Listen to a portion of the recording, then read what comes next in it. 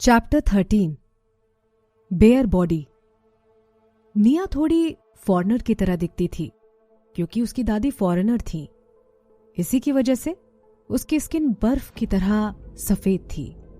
उसके dark brown बाल खूबसूरत थे। वो करीब करीब 18 साल की थी और उसकी बॉडी किसी मॉडल जैसी थी। इसी वजह से उसके क्लासमेट उसका मजाक भी उड़ाते थे। लेकिन उसकी बॉडी सच में अट्रैक्टिव थी। उसके क्लासमेट ऐसा बोलते तो नहीं थे, लेकिन वो उससे जलते थे। जिराज को सिर्फ उसकी पीठ दिखाई दे रही थी। उसका मुंह सूख रहा था। उसे अच्छा तो नहीं लग रहा था, लेकिन वो अपनी नजरें नहीं हटा पा रहा था। ये एक लड़की की बॉडी है। अभी तक जिराज को लगता था कि लड़कियां अट्रैक्टिव नहीं होती हैं, लेकिन अब उसे लग रहा था कि वो दुनिया में सबसे सुंदर चीज है। जिराज को लग रहा था कि वो भी अब उन जंगलियों की तरह हो जाएगा जो अपना दिमाग लड़कियों के पीछे खराब कर लेते हैं। नहाते वक्त निया को कुछ अजीब लग रहा था, तो उसने अपने हाथ चेस्ट पर रखे और वो पीछे पलटी। फिर वो डर जाती है। वो अंधेरे में 2 गोल्डन आंखें देख रही थी। आंखें निया को ऐसे देख रही थी जैसे किसी भी वक्त उस पर हमला कर देंगी। ये देखकर निया के रोंगटे खड़े हो जाते हैं। फिर जिराज की नजर उसके सफेद बदन पर जाती है। उसे ऐसा फील होता है जैसे उसके अंदर कोई ज्वालामुखी फूट रहा हो। जिराज हवा की तरह दौड़ता हुआ दरवाजे की तरफ जाता है। लकीली दरवाजा आसानी से खुल जाता है, नहीं तो ऐसा लग रहा था जैसे वो दरवाजा तोड़ देता। घर में थोड़ा उजाला आता है और फिर पहले की तरह अंधेरा छा जाता है। निया जहां थी वहीं कंफ्यूज्ड खड़ी रह जाती है। उसे समझ नहीं आ रहा था कि अभी क्या हुआ। फिर उसे छपाक की आवाज आती है, जैसे पानी में कुछ गिरा हो। एक पल के लिए वो कुछ सोचती है और फिर चिल्लाती है। उसने सोचा, जिराज तो एक लपड़ है और ये तो रात के अंधेरे में भी देख सकते हैं। क्या इसका मतलब उसने निया की बेयर बॉडी भी देख ली थी? निया अपनी बेवकूफी पर रोने लगती है। फिर उसे डर लगता है कि कहीं जिराज वापस ना आ जाए, इसलिए वो जल्दी से नहा लेती है और कपड़े पहन लेती है। फिर निया नीचे घास पर बैठ जाती है और थोड़ी देर में जिराज आ जाता है। पानी में कूदने की वजह से उसका पूरा शरीर गीला था।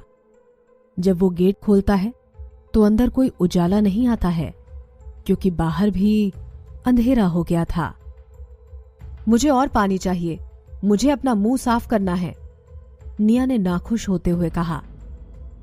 जिराज जब निया को देखता है तो उसकी आंखों में चमक आ जाती है। फिर वो स्टोन बेसिन उठाता है और चला जाता है। दोनों थोड़े नर्वस लग रहे थे। फिर थोड़ी देर बाद जिराज पानी लेकर आता है। निया जब ब्रश कर लेती है, फिर दोनों एक दूसरे को अंधेरे कमरे में देखने लगते हैं। जिराज चुप्पी तोड़ते हुए बोलता है, चलो सोने चलते हैं। वो अपने गीले कपड़े उतारता है और घास पर बैठ जाता है।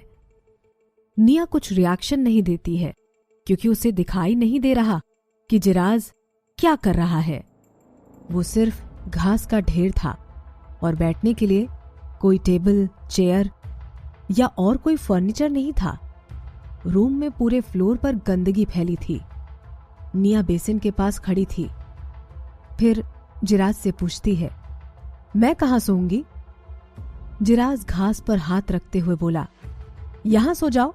ये घास का घोंसला मैंने बहुत मुलायम बनाया है और सोने के लिए बहुत आरामदायक है।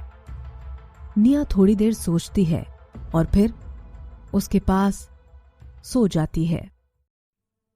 Episode 14 sleeping together.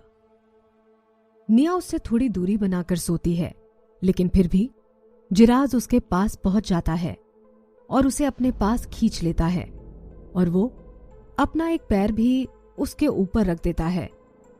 फिर निया उसके चेस्ट पर जोर से अपना हाथ रखती है। वो डरी हुई है, लेकिन फिर भी तेज आवाज में बोलती है, ये तुम क्या कर रहे हो? मुझसे दूर रहो। जिराज अपना फेस उसकी तरफ करता है। तुम्हें ठीक नहीं लग रहा है तो मैं तुम्हारे पास नहीं आऊंगा। ये टाइम हम अपना बॉन्ड अच्छा करने में स्पेंड कर सकते हैं। निया गुस्से से बोलती है। तुम मेरे पास आओगे? My foot. निया ने यह बात अपने पैर पटकते हुए बोली। फिर उसे जिराज के फेस का लुक अजीब लग रहा था और उसकी आंखों का एक्सप्रेशन भी समझ नहीं आ रहा था। जिराज ने कहा, तो तुम चाहती हो कि मैं तुम्हारे पैरों के पास आऊं? तो तुम्हें यह पसंद है? निया बहुत कंफ्यूज थी। जिराज ने क्या बोला उसको समझ में नहीं आ रहा था, लेकिन वो उसे बहुत खराब लगा। जिराज का हग उसे वार्म लगा, लेकिन वो उससे दूर जाने की कोशिश कर रही थी। मुझे जाने दो। फिर निया को कब नींद आ जाती है उसे पता ही नहीं चलता, और जब सुबह उठती है तो उसे किसी गर्म चीज को पकड़ रखा था। उसे लगता है कि ये उसकी कोई सॉफ्ट डॉल है। 1 मिनट, लेकिन उसकी डॉल इतनी अच्छी और गर्म कब से होने लगी? निया धीरे धीरे अपनी आंखें खोलती है तो उस लेपर्ड के फेस टू फेस आ जाती है।